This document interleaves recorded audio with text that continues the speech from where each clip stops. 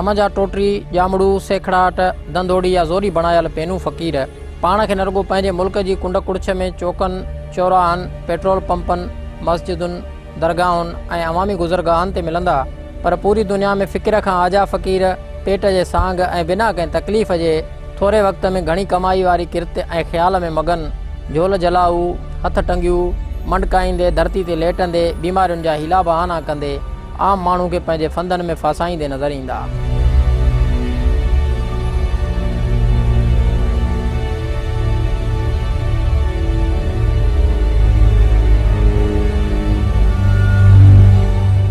जॾहिं त सुधरियल मुआशरनि में पिनण जो तरीक़ेकार बि सुधरियल आहे, जिथे फ़क़ीर मेरनि कपिड़नि जी जॻह ते साफ़ सुथरा कपिड़ा पहिरे किश्ते बदिरां कागज़ ते पंहिंजूं घुर्जूं लिखनि था ऐं पंहिंजूं तकलीफ़ूं तहरीर कंदे गुज़रंदड़ माण्हुनि खे ज़रूरतमंद महसूसु कराइनि था। पर एशिया में ख़ासि तौर ते भारत श्रीलंका बांग्लादेश ऐं पाकिस्तान में न रुगो फ़क़ीर पंहिंजो पाण खे गदिलो ऐं अणसेबाणो रखनि था, पर पैसनि न मिलण जी सूरत में पिटुनि ऐं पारातनि जा माण्हुनि ते मींहं वसाए छॾीनि था ऐं ईअं थी न पवे जे ख़ौफ़ खां माण्हू मुंझी या मथनि अहसासु करे पंहिंजी जान जो सदको या उन्हनि जी ज़रूरत जो पूराव सम्झी संदन दादरसी कनि था। फ़क़ीरनि जे पिनण जो तरीक़ो जहिड़े नमूने ॿिए फ़क़ीर खां अलॻि हुजे थो, बिल्कुलु ओड़े ई नमूने ॾियण वारनि जो तरीक़ो बि मुख़्तलिफ़ आहे। के साॼे हथ सां ॾियनि त खाॿे हथ खे ख़बर ई न पए वारे ख़्याल जा आहिनि त के पंहिंजे ॿारनि खां ख़ैरात ॾियारीनि, के माण्हू भलाई वारे इदारनि इस्पतालनि या खाधो खाराईंदड़नि या ख़ुदि फ़क़ीरनि खे कपिड़नि खां घर जे सामान वठी ॾियण ताईं वारे ख़्याल जा आहिनि। के माण्हू त फ़क़ीरनि जे फंदनि में फासण खां ई कोई दूर आहिनि। मुआशिरे जे हर फ़र्द जी फ़क़ीर बाबति राय अलॻि अलॻि आहे। के फ़क़ीरनि खे अदाकार सॾीनि था त के महरूम मोहताज या ज़रूरतमंद खेनि कोठीनि था। जगह जगह सिग्नल्स पे खड़े हुए हैं, आपको गाड़ी खड़ी होती है आके शीशे पे नॉक करते हैं या आपसे मांगते हैं, जो कि मुस्तहिक तो हो नहीं सकते, क्योंकि मुस्तहिक आदमी कभी भी लोगों से इस तरह से नहीं मांगेगा आके, या जो भी इज़्ज़तदार कोई होगा तो इस तरह से नहीं मांगेगा। कहीं भी बाहर जाते हैं तो गाड़ी में उतरने से पहले ही हमारी गाड़ी के इर्द गिर्द बहुत से लोग आ जाते हैं। वजह क्या है कि गुर्बत है, अफोर्ड नहीं कर सकते, जॉब्स नहीं है इनके पास या काम नहीं मिलता इन लोगों को, जिसकी वजह से ये भी मजबूर है निकलने पे मांगने पे। तो ये हमारी हुकूमत की जिम्मेदारी है। अच्छा, इनमें ये ज़्यादातर मुस्तहिक हैं या अदाकार ज़्यादा हैं? मोस्टली तो मुस्तहिक है। फ़क़ीर जेको आहे न बसि पंहिंजे पेट जे गुज़र जे ख़ातिर मरनि था, हिकु हिकु रुपियो इन कड़ी धूप जे हेठियां वेही वीचारा पिननि था ऐं ॿारनि जे लाइ पंहिंजनि जे लाइ जेको सो आहे रुपियो रुपियो करे गॾु कनि था। फ़क़ीर को मुआशिरे जे लाइ मथे सूर न आहे फ़क़ीर कोई नुक़सान न ॾींदा आहिनि। प्रोफेशनल ज़्यादा ही होते हैं, बहुत कम ज़रूरतमंद और वैसे हैं, लेकिन वो भी हैं, दोनों ही हैं, मिले जुले। फ़क़ीर लोगों के लिए मसला है, हर आदमी जो है वो खैरात मांगते हैं, कोई भी इस तरह नहीं है कि हर आदमी देखो तो वो मांगने का शौकीन हो गया है। आदमी का हाथ पाँव ठीक है तो वो भी मांग रहे, चलो माजूर है तो उसको तो नहीं मांग, उसको तो देना चाहिए माजूर हो, लेकिन जो इसका हाथ पाँव ठीक है और जवान आदमी है तो उसको मांगने पर तो नहीं है गुजारा होता है ना। ये अगर मुआशरा ठीक होगा तो ये भीख नहीं मांगते ना। अगर हालात मुल्क के ठीक होंगे सारे, इनको भी कोई काम वगैरह मिलेगा तो ये कई लोग तो काम से घर वालों से तंग आके भीख मांगते हैं। ठीक है, किसी को मजबूर किया जाता है भीख मांगने के लिए, वरना किसी का दिल तो नहीं ना करता भीख मांगने के लिए।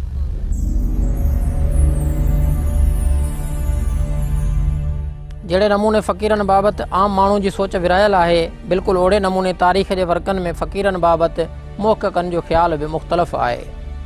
तारीख़ में सभ खां पहिरीं फ़क़ीरनि बाबति लिखत जो कमु थॉमस हारमन जो 1566 में नज़र अचे थो।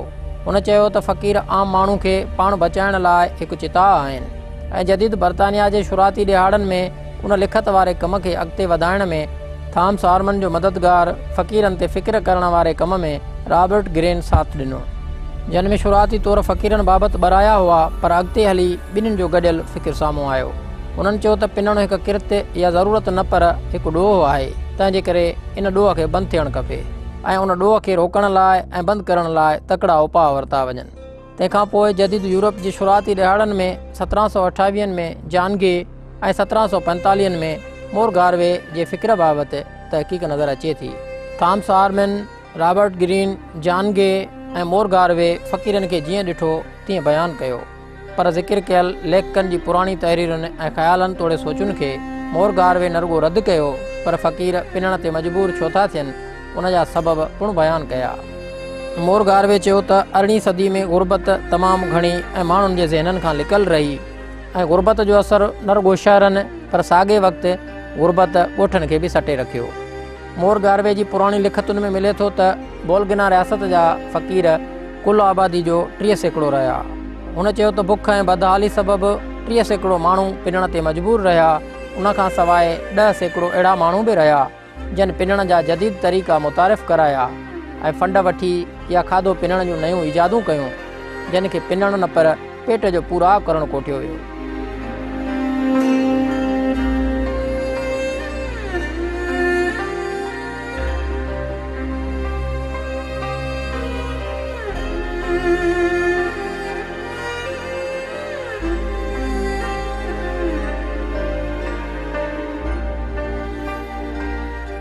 अरिड़हीं सदी में फ़क़ीरनि जे नवनि तरीक़नि ईजाद करण खां अॻु 1786 में जेम्स गिलेरी पैसनि सां भरियल गठड़ियूं बादशाह गोरख टे हवाले कंदे पिणु तारीख़ जे वर्कनि में मिले थो, जंहिं लाइ इहो लिखियो वियो आहे त उहे पैसनि सां भरियल गठड़ियूं ॿाहुनि ऐं टंगुनि खां महरूम उन्हनि फ़क़ीरनि लाइ हुयूं जेके कुझु करण जहिड़ा न हुआ।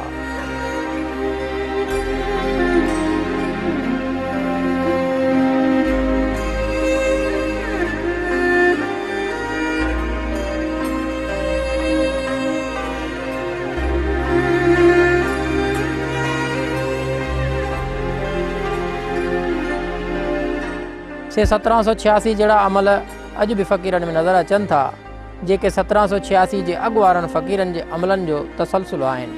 अॼु बि न रुगो ॿाहूं वढियल, हथ सड़ियल, ज़हनी मरीज़ या जिस्म ते थियल गदूद माण्हुनि खे ॾेखारे वधीक पैसा कमाइण वारी हवस में फ़क़ीर रहनि था। खेनि इहा बि सुध न हुजे थी त वक़्ताइतो इलाज न थियण सबबु खेनि मौत सां लाऊं लड़णियूं पवंदियूं। इन में ख़ासि तौर जेके बर्न एरिया जिते जलायो थो वञे उते जेके स्किन हाइपरट्रॉफी थिए थी, जेके तव्हांखे ॾिसो न ॾाढा वॾा वॾा थुल्हा थुल्हा मास नज़र ईंदा हूंदा, उन में कैंसर थी सघे थो, सरतान में उहो तब्दील थी सघे थो। ऐं जेकॾहिं को माण्हू पंहिंजो का शइ उज़वो वढे थो, उहो वढियल एरिया में को अहिड़ो मसइलो न थींदो आहे, पर उन एरिया ते प्रेशर लॻाइण सां कंटिन्यू अल्सर थियनि था, अॻिते हली पोइ उन में इन्फेक्शन थियनि था, जरासीम फैलिजनि था। उन जरासीम फैलण खां पोइ ज़िंदगी ऐं जेको आहे सो मौत जी कशमकश अची थी वञे। सो इहे नुक़सानात पंहिंजी जॻह ते मौजूदु आहिनि, हिन में को शक न आहे।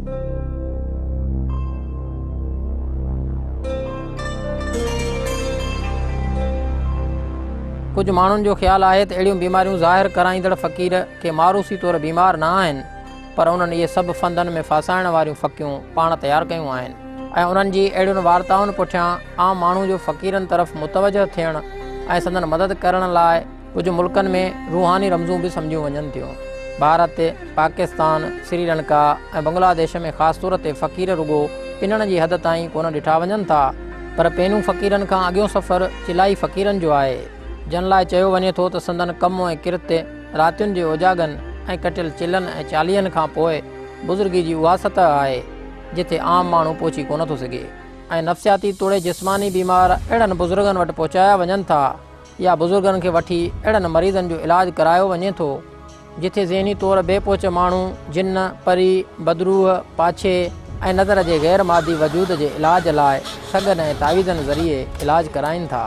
अहिड़ियुनि रूहानी रमज़ुनि ऐं जिन्हनि जे तिल्स्माती असरनि ऐं जादूअनि जूं कहाणियूं काफ़ी अरसे ताईं हॉलीवुड, बॉलीवुड ऐं लॉलीवुड जी फिल्मुनि जी कामयाबी जे लाइ मुख्य सबब ॼातियूं वेंदियूं हुयूं ऐं उन्हनि जा ड्रामनि में पिणु अक्स मिलनि था। अहिड़े क़िस्म जा बुज़ुर्ग फ़क़ीर अॻु में अहिड़े मरीज़नि जे वारसनि सां ॻरा पैसा तय कनि था ऐं पैसनि जी वसूली खां पोइ मुल्क जे कंहिं ॿिए शहर में वञी पखा कोड़ींदा। सिंध में त ख़ासि तौर ते जोगी फ़क़ीरनि खां जुड़तू फ़क़ीरनि ऐं भोपनि ताईं तावीज़नि जा तिल्स्माती असर आम आहिनि जेके न रुगो ज़हनी मरीज़नि ते नचंदे, कुॾंदे, हकुलूं ॾींदे, धचा कंदे जिन कढीनि, बदरूह भॼाइनि ऐं परियुनि खे परे कनि था, पर शादियूं पिणु कराइनि था। घरनि में झेड़ा ऐं ठाह कराइण, मुड़ुसनि खे घर वारनि जो ग़ुलाम ऐं कावड़ियल महबूब मञाइण में अहिड़ा फ़क़ीर मशहूरु आहिनि ऐं अहिड़ा फ़क़ीर सिंध जी कुंड कुड़छ में आम आहिनि, जिन लाइ इहो पिणु चयो वञे थो त संदन वॾो गुरू मख़सूस क़िस्म जे इलाइक़नि में फैलियल हुजे थो जेको मुख़्तलिफ़ अवामी मिड़ाकनि में वञी भोपे या तावीज़ी बाबा जा किस्सा ॿुधाए थो ऐं तावीज़ी बाबा बाबति एड्रेसूं ॿुधाए अचण लाइ राह हमवार करे थो।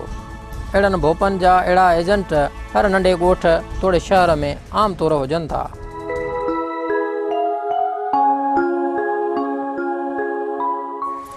छा थियो बाबा, छा थियो? साईं मुंहिंजी हिकु ई न्याणी आहे, हिनखे अलाए छा थी वियो आहे साईं, के बद नज़र लॻी वई आहे साईं, नज़र लॻी वई आहे। तूं फिक्र न कर बाबा, फिक्र न कर, रुगो बाबा साईं जी नज़र पवण ॾे, पोइ का बि बद नज़र वेझी कोन्हे थी। छॾियो, अचो तव्हां अचो, हले। ऐं अहिड़ा भोपा ऐं फ़क़ीर न रुगो एतिरो पर ज़हनी सलाहियतूं विञाईंदड़ माण्हुनि में जिन कढण बहाने मरीज़नि जा हथ पेर बाहि में साड़े छॾीनि या वार पटे खेनि जिस्मानी तौरु तकलीफ़ूं ॾियनि था। न रुगो एतिरो पर वधीक थियल बीमार खे क़ुर्बान करण या मारे छॾण खे घर जी ख़ुशहाली कोठीनि था। अहिड़ियूं ख़बरूं सिंध जे मुख़्तलिफ़ इलाइक़नि मां रोज़ ई रिपोर्ट थींदियूं रहनि थियूं ऐं मुआशरती मंज़रनामे ते न रुगो अहिड़ियूं कहाणियूं जुड़ंदियूं रहनि थियूं पर ड्रामा पिणु उन जी अकासी कनि था। हिकु तरफ़ जिथे अहिड़नि क़िस्मनि जा फ़क़ीर आम आहिनि उते ॿिया संदन साथी ठग फ़क़ीर पंहिंजो पाण खे ज़ंजीरनि में वेड़े पंजाब में दरगाहुनि ते आम तौरु मिलनि था, जेके हाणे सिंध में पिणु हज़ारनि जी तादाद में दाख़िल थी चुका आहिनि ऐं अची हिते माण्हुनि खे रोज़ ठगीनि था। अहिड़नि फ़क़ीरनि जे पिनण ऐं खाइण जी किरत बि निराली हुजे थी। संदन चवणु हुजे थो, कंहिं बि माण्हू खे फासाइण खां अॻु में हू जादुई असरनि हेठि माण्हू खे पाण तरफ़ मुतवजो कनि था, जेके धरतीअ में पूरियल दौलत जी देग कढी ॾियणु, पथर मां सोन ठाहे ॾियणु, मिटी जे रोड़े मां फ़ोटो बणाइणु, अण लिखियल कागज़ ते लिखत आणण जहिड़ा जादुई असर ॾेखारे माण्हुनि खे फुरण जो कमु कनि था। ऐं माण्हू अहिड़नि समूरनि अमलनि में रूहानी राज़ सम्झी अमल कनि था ऐं जॾहिं पाण ठगाए वेहनि था तॾहिं हथु मलींदा रहिजी वञनि था।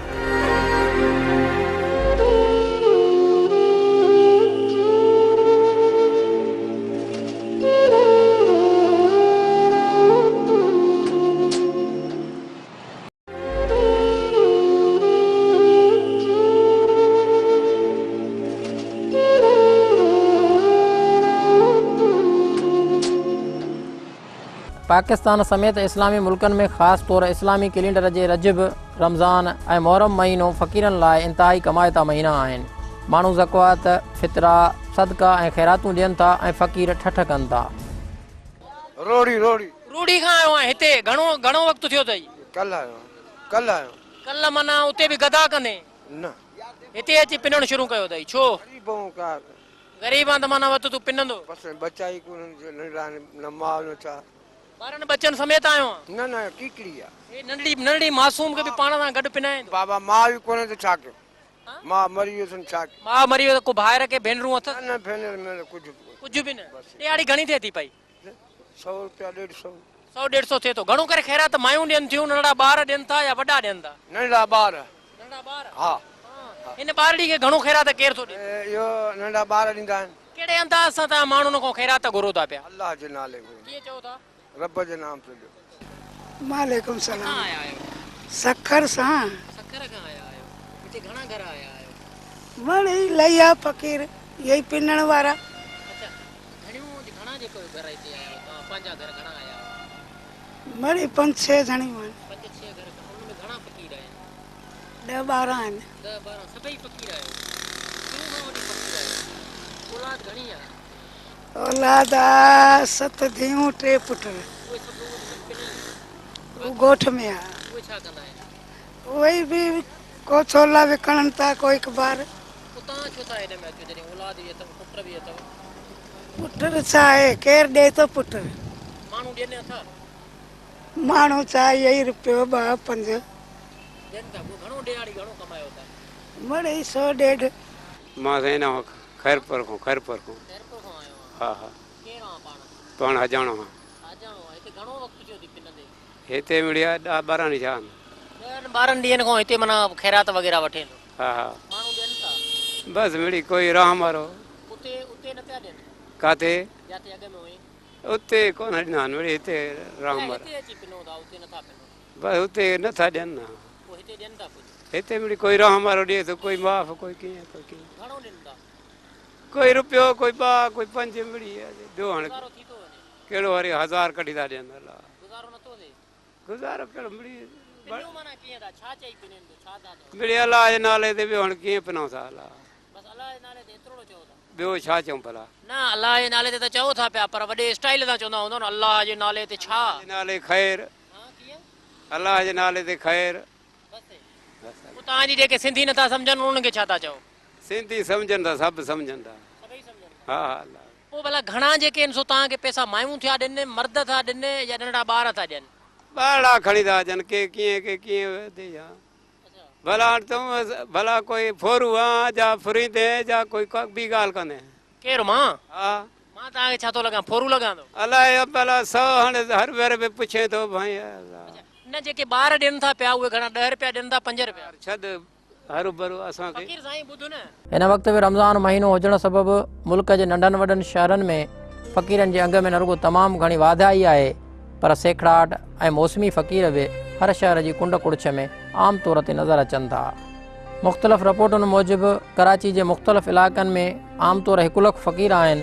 पर रमज़ान अचण खां पोइ हिकु अंदाज़े मूजिबि कराची जे मुख़्तलिफ़ इलाइक़नि में फ़क़ीरनि जी महाबोड आयल आहे ऐं अंदाज़ो कयो पियो वञे त हिन वक़्तु 10 लख नौजवान ॿार औरतूं तोड़े पोड़ा फ़क़ीर मुख़्तलिफ़ इलाइक़नि में पिनी रहिया आहिनि ऐं पिनणु कराची जहिड़े वॾे शाहूकार ऐं रोशनियुनि वारे शहर में हिकु धंधो बणिजी चुको आहे कराची जे मुख़्तलिफ़ इलाइक़नि में फ़क़ीर 3 शिफ्टुनि में कमु कनि था संदन धंधे जो वक़्तु सुबुह खां मंझंदि खां शाम ऐं शाम खां वरी सुबुह हुजे थो इन विच में न रुगो संदन वक़्तु तब्दील थिए थो पर संदन इलाइक़ा बि विरायल आहिनि के फ़क़ीर बसुनि बस स्टॉपुनि के दरगाहनि के पार्कनि के सिग्नल्स सीबियूं ऐं ॿियनि तफ़री मागनि तोड़े मकाननि ते इबादत गाहनि तोड़े रांदि जे आखाड़नि मतिलबु त जिथे जिथे माण्हुनि जो गुज़र आहे उते उते हर 250 माण्हुनि पुठियां हिकु माण्हू फ़क़ीर ज़रूरु हुजे थो जेको हथ टंगे ॿाहूं ॿधी रोई रड़ी या बीमारी जा बहाना जणाए डॉक्टरनि तरफ़ां तजवीज़ कयल दवाउनि जा कागर ॾेखारे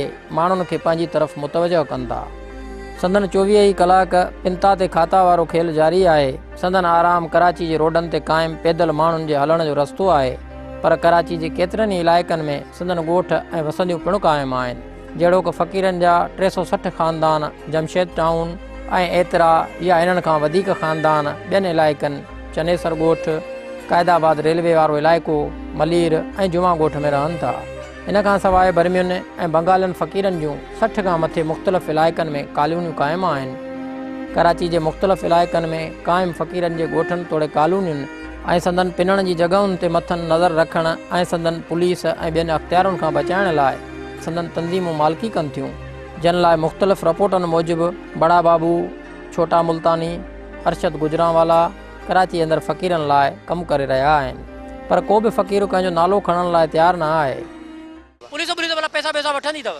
पुलिस छाजे खां वठंदी ग़रीबनि खां छो न हे पुलिस जे इलाइक़नि में जन में पिनंदे त पोइ उहे कीअं छॾे ॾींदा असांखे अॼु ॾींहुं कंहिं कोन ॿधो आहे न रोकियो आहे कूड़णो माना बसि मस्तु आहे जिथे वणे उते पियो पिन अलाह फ़क़ीरूं बाबा कलंदर जा सेवण जा ॾांहुं जा जारो करण जा फ़क़ीरूं अलाह न फ़क़ीर त आहे पर ॾंडो ॾोटो आहे जेकॾहिं कमाए वञी त छा थो थिए छिन आहे मर्ज़ आहे मर्ज़ आहे इहो मर्ज़ तोखे 12 ॾींहंनि खां लॻो आगे चाक चङो भलो अल्लाह भाई छिन आहे क्यों बैठे क्यों हैं आप कमा नहीं सकते अपने अल्लाह ने कहा है अपनी ज़रूरत हो जाए तो मांग रोजाना रोजाना कितना मिलता है बस अल्लाह जितना देता है बस अपनी गुजारा अपनी अजीजी करने के लिए बस 100-200 हो जाता है बस अल्लाह कहता है अजीजी करो अजीजी में के इज्जत है बस हम अजीजी के लिए लोग जो हैं वो मोहब्बत से पेश आते हैं हम वो इसका बस अपने अल्लाह पर तवक्कल करते हैं हाँ जी मीन आप क्या चाहेंगे सरकार से कि वो आपके लिए कोई इदारे बनाए क्या करे कोई अपना अल्लाह है आप अपने अल्लाह पर भरोसा करेंगे बस अल्लाह आटे का किलो कितने में है बस ये तो बाजार वालों मालूम है वो खाना आप कहाँ से खाते हैं बस अल्लाह ही देता है नहीं वो तो सबको देता है हमें भी अल्लाह ही देता है हाँ हम बस इधर अल्लाह था हम कहते हैं इधर आप अब्दुल्ला शाह गाजी में आम तासुर इहो पिणु आहे त शहर में ॿार अगवा करे खेनि माज़ूर बणाए मुल्क जे ॿियनि शहरनि तोड़े मुल्क खां ॿाहिरि मोकिलिया वञनि था ऐं सिलसिलो न ॼाण कॾहिं खां आहे ऐं केतिरो वधी चुको आहे इन मुतलिक़ कुझु बि तस्दीक सां चई नथो सघिजे ऐं नई फ़क़ीर कुझु ॿुधाइण लाइ तयारु हुजनि था शान दो घन शाम नाट मोरी अखियां प्यासी रे। बहुत अच्छा, मैं खुश हूँ। तैयार है? Please don't break my heart. Please buy one flower, take a flower, give us 10 rupees. What's up, man? You get one chico plucky, and I come back to what's up, man? Can you please buy one flower, take a flower, give me 10 rupees. Please don't break my heart. Please buy one flower. पर कराची तोड़े मुल्क जे ॿियनि शहरनि में वधंदड़ पैनू फ़क़ीरनि खे ॾिसंदे बुख बदहाली ऐं बेरोज़गारी ऐं शयुनि जी क़ीमतुनि में वाधि पिणु पिनंदड़नि जे अंग में इज़ाफ़े जो मुखिया सबबु आहिनि।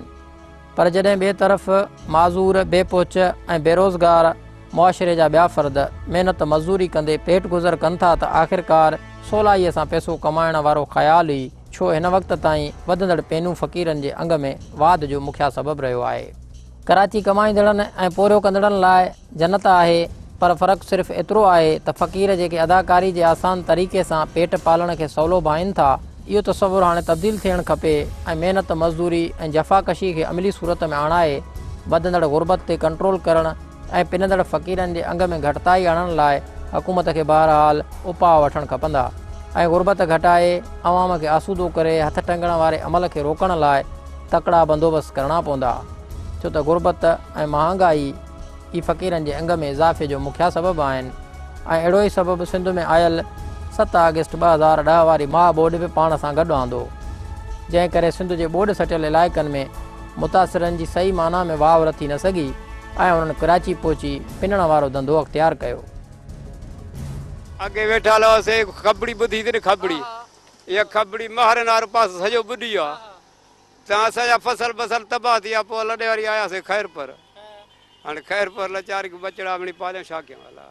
माना इन खबड़ी वारे इलाइक़े खां पोइ हेॾे आया आहियो? हा। अच्छा, माना तव्हां सैलाब जे करे पिनो हूंदा पिया? छा कयूं बुख खां बा। हुकूमत वतन कार्ड जो ॾिनो किथे असांखे मिलियो ई कोन्हे ईमान सां बा। असां चंदे मोहम्मद खान जा आहियूं, पोड़ो बीमार वठी आयो गुज़री वियो, पोइ हिते केरे ॾियण वठण वारो कोन्हे, पोइ पिनी कीअं थी गाॾी जो धक लॻो आहे, दवा पिया थी पिनी वञा त दवा वठी पिया थी, बा छा करियूं, असांजी मदद करे को ॾियण वारा हुजो त भेण जॾहिं वोट ॾियूं था तॾहिं बि असांखे कुझु कोन थो मिले। हा औलाद आहे न त घर जे हुननि जे घर जे खाते जा घर जी करनि, दवा जी करनि, कपिड़ो गंदी करनि, छा करनि भला। फ़क़ीर ख़ासि तौर ते दरगाहुनि ते पेट पालीनि था, पर जेके फ़क़ीर ॿियनि इलाइक़नि में रहनि था तन खे महांगाई खां शिकायतूं हुजनि थियूं, खेनि खंडु अटे ऐं ॿियनि खाधे पीते जी शयुनि जूं क़ीमतूं त चिटी तरह यादि हुजनि थियूं, पर कराची जा अक्सर फ़क़ीर मुल्क जे सदर वज़ीर आज़म तोड़े सिंध जे वॾे वज़ीर जे नाले खां बि अणवाक़िफ़ आहिनि। बड़ी महंगाई काटी थी हुकूमत, महंगाई तोड़े साढ़े वास्ते महंगाई तोड़े तले हाणे महंगाई को असां बिल्कुलु आज़ाद हो गए। आटा 35 रुपए किलो मिलता है, चीनी 70 रुपए किलो था। कोई ना मुल्क जे सदर दा नाम याद कोने? कोई ना। मुल्क जे वज़ीर आज़म जो नालो छा आहे भला? खबर ना। भला मुल्क जे सदर जो नालो? न बाबा को खबर ना है। भला वज़ीर आला सिंध जो नालो छा आहे? मुझे भी खबर ना। मुल्क जे सदर जो नालो छा आहे? सदर जो आला है। भला सिंध जे वॾे वज़ीर जो छा नालो आहे? मूंखे इहा ख़बर ना है वालो कहिड़ो आहे। तुंहिंजो नालो छा आहे? खैर मोहम्मद खैरू। आटे का किलो कितने में? वो 40 रुपया। चीनी का किलो कितने में? वो 70 रुपए। मुल्क के सदर का नाम क्या है? मुल्क के सदर का क्या नाम है? ये अल्लाह को मालूम है, हम तो खुद अल्लाह का नेक बादशाह है, 4 खजांची नेक बादशाह बेताब बादशाह। सिंध के वजीर आला का नाम पता है? नहीं हमको मालूम नहीं, ये बस अल्लाह को मालूम होगा। मुल्क जे वजीर आज़म जे नाले जी ख़बर अथव? न बा। सिंध जे भला जेको आहे सिंध जो वज़ीर आला जेको आहे उन जे नाले जी ख़बर अथव? अनपढ़ के असांखे को ख़बर ई न आहे, खाली पिनण जो बस ख़बर। पिनंदड़ फ़क़ीर मुआशिरे लाइ आज़ार आहिनि, अदाकार आहिनि, ज़रूरतमंद आहिनि या थोरे वक़्त में घणो कमाइण जा ख़्वाहिशमंद आहिनि, माज़ूर पाण बणिया या बणाया विया आहिनि इहे सुवाल बहरहाल हल तलब आहिनि ऐं उन्हनि जो हल बहरहाल हुकूमत खे ई करिणो पवंदो त जीअं कमु करण खां कासिर कम जे टोटरियुनि जे बहाननि खां बची सघिजे। तव्हां हिन खे क्लोज़ ऑब्ज़र्वेशन कंदव, कोई बि माण्हू शौक़ सां फ़क़ीर न थींदो आहे, उनजे ग्राउंड रियलिटी में का न का हिस्ट्री ज़रूरु हूंदी आहे।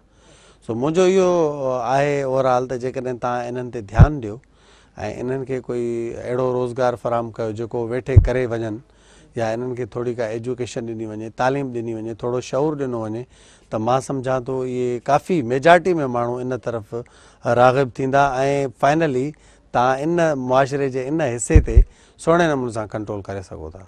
हुकूमत को तो पूरे मुल्क के लिए करना चाहिए, ये क्या पूरे गरीबी इस हालात में है, बस कुछ लोग मांग लेते हैं, कुछ नहीं मांगते हैं।